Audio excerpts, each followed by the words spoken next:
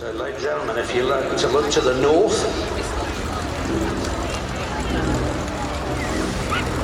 very distinctive sound approaching. A pair of Pratt & Whitney R2800s, each kicking out 2,000 horsepower each.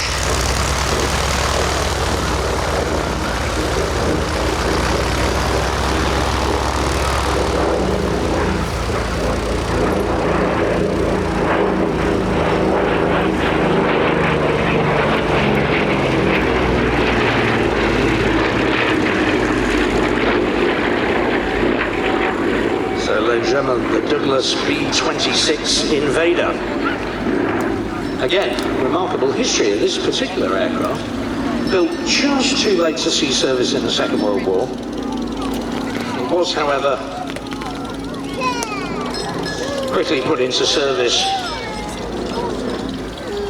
Well, initially, the Air Force put it in storage in Savannah, Georgia, before moving it to Sacramento. Until in 1951, it was sent back to Douglas Aircraft at Long Beach to receive the latest factory upgrades.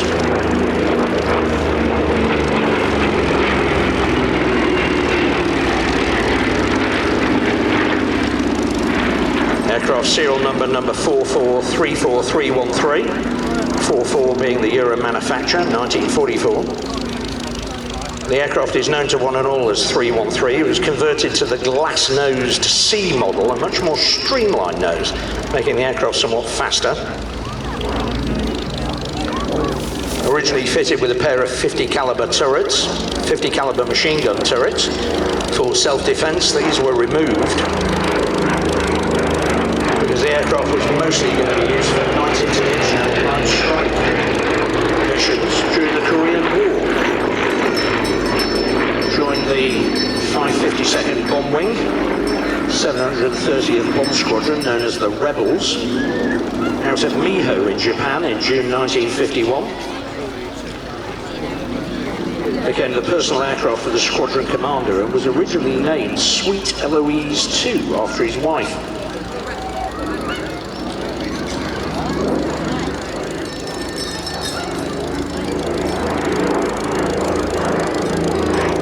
Departure of that commander, it was renamed Julio. I'm not quite sure why, by Commander Neveling, who had replaced the original commander of the squadron. Now, on a mission over North Korea in December the 27th, this aircraft took a direct hit, 40mm anti-aircraft hit, right to its fully loaded bomb bay. And that badly injured First Lieutenant Raymond Koch, who was the navigator seated in the rear of the aircraft. Fire, hydraulic failure, partial control, loss of partial control, and that the aircraft had to divert into a different airbase. It was later ferried to Miho, Japan to be repaired.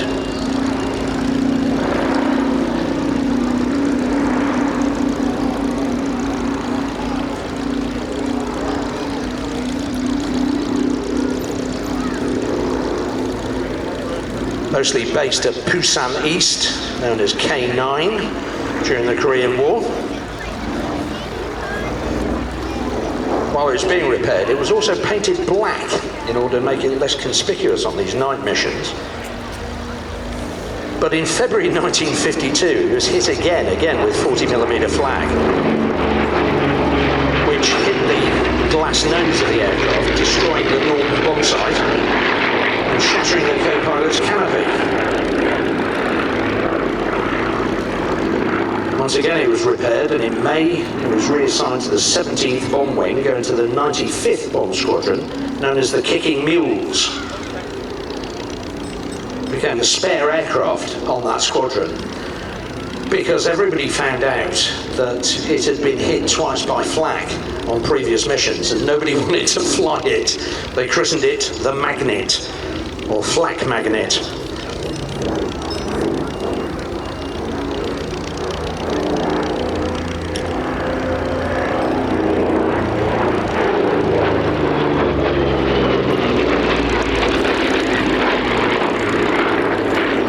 This aircraft took part in some of the last first official missions over North Korea on July the 17th, 27th, I do beg your pardon, got the cat's teeth in there. July 27th, 1953. It had logged 1,900 combat hours in the 2 years it had been operating in Korea. And then it was returned to McClellan Air Force Base in Sacramento for storage.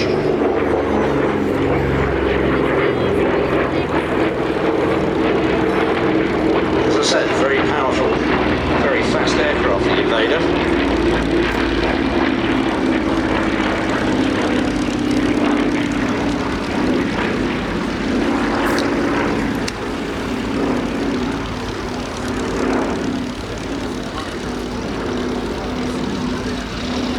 The Pratt & Whitney R28 engines, producing 2,000 horsepower of thrust each, gave it a top speed of 359 miles an hour, which is quite remarkable for a light bomber. Well, medium bomber actually, if truth be told. Now, what was interesting was that the end of its military career was not the end of its by any means.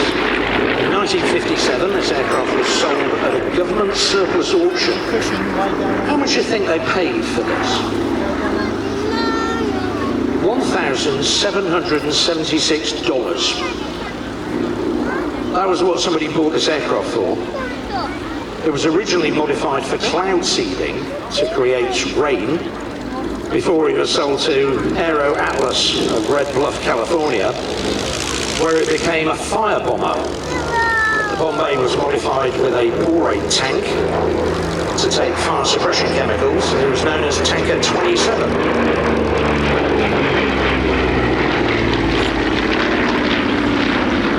It was to stay in this role as a firefighting air tanker right the way through to 1988, when it was donated by the then owners Conair at Abbotsford in British Columbia to the Reynolds Aviation Museum.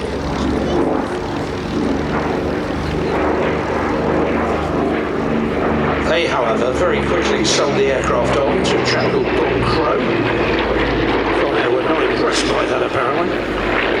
He repainted it into the livery of the 319th Bomb Group and flew the aircraft at a number of air shows. To pass through various civilian hands as an air display aircraft.